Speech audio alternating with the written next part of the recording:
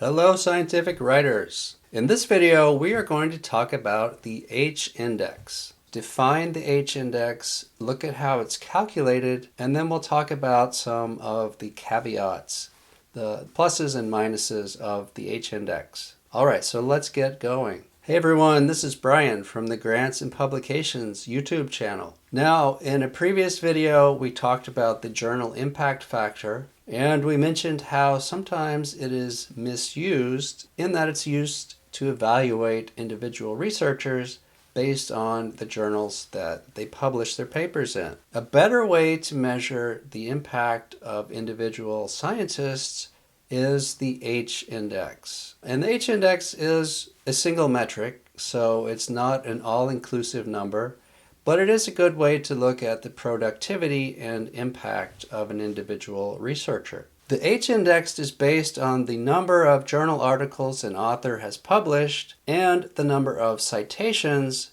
to those journal articles.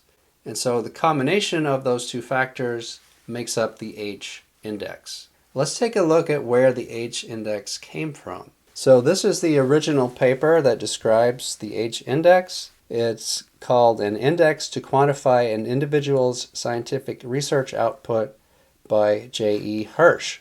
This was published in 2005. Dr. Hirsch proposes the index H, defined as the number of papers with citation number higher or equal to H, as a useful index to characterize the scientific output of a researcher. If we scroll down to this highlighted part, we can see another sentence. A scientist has index H if H of his or her NP papers have at least H citations each. And so that's still a little bit confusing, a little bit hard to sort through. If you plot an author's publications on the x-axis and you plot the number of citations on the y-axis, and you've sorted the publications from most highly cited to least cited, you're going to get a graph that looks something like this.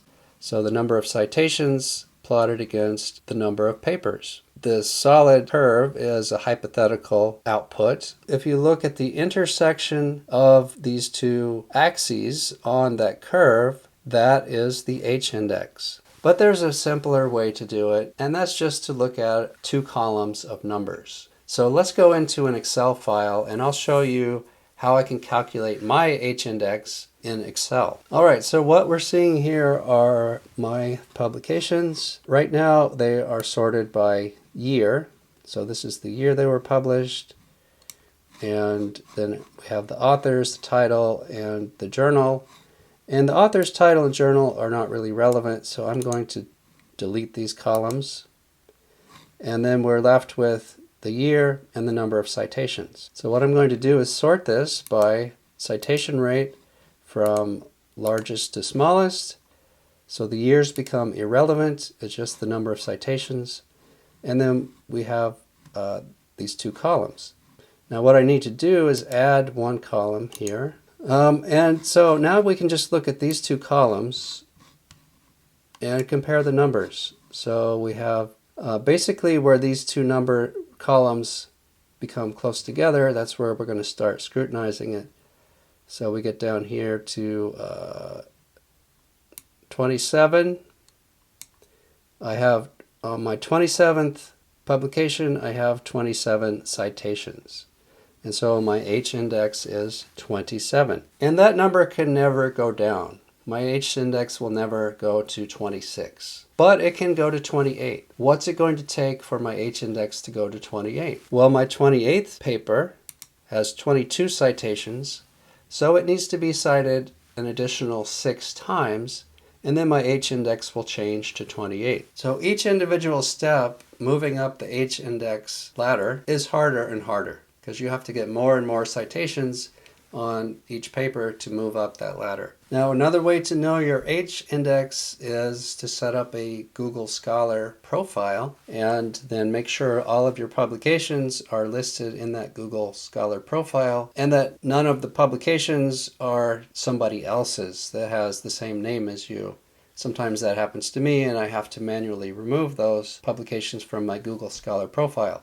But once you have a Google Scholar profile, it shows your H-index right on the profile. So you see right here, my H-index of 27 is on my profile. Now, a few things to consider about the H-index. One thing that's nice about the H-index is that if some authors have one or two publications that are very highly cited, that's not going to influence the H-index. It looks at the whole body of work and the citations to a number of papers. It doesn't distort by a few highly cited articles. So that's one of the problems with the journal impact factor, is it is distorted by a small number of highly cited articles. It is a metric of cumulative impact, both productivity and citation rate. And it can go up, but it can never go down. One drawback to the H-index is that established researchers who have been around for a long time, kind of like me, will have a higher H-index than newer researchers, early career researchers that only have 3 or 4 publications. There's no way for their H-index to go higher than 3 or 4.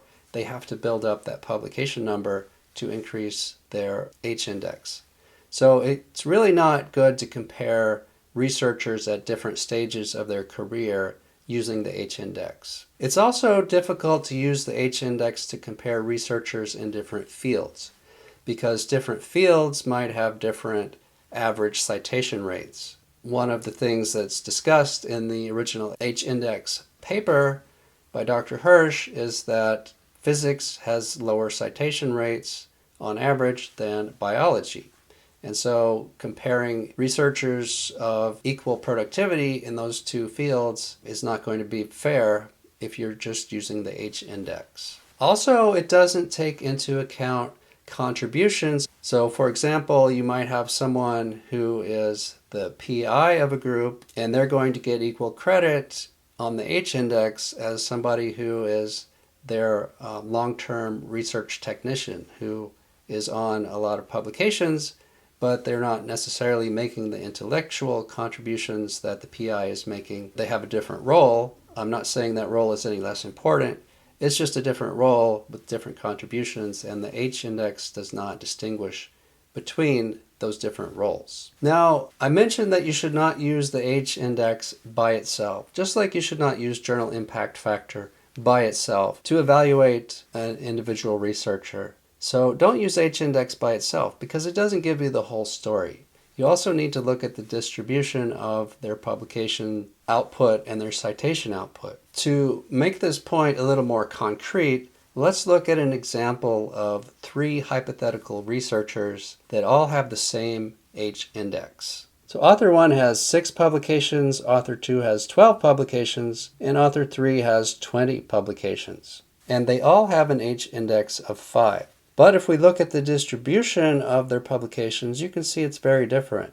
Author 1 has 1 publication with over 2,000 citations, a second publication with nearly 500, a third with nearly 400, and then a fourth, fifth, and sixth with much fewer citations. And probably they have much fewer because these are newer papers. They haven't been around long enough to accumulate the citations. And then we have author 2 that has 12 publications to their name, and they've got a more modest number of citations, 56, 35, 28, 25, and 8, and then less than 6 for the rest of them. And then author 3, who has published 20 times, but their most highly cited paper has only got 7 citations.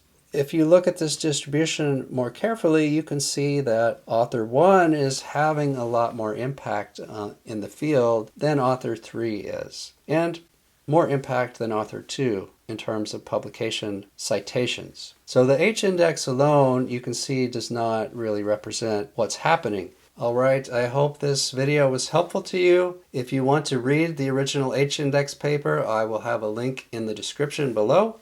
So check that out. If you got value from this video, please hit the like button. And if you would like to see more videos on scientific writing topics, please consider subscribing to the Grants and Publications YouTube channel. All right, I'll see you next time, and happy writing.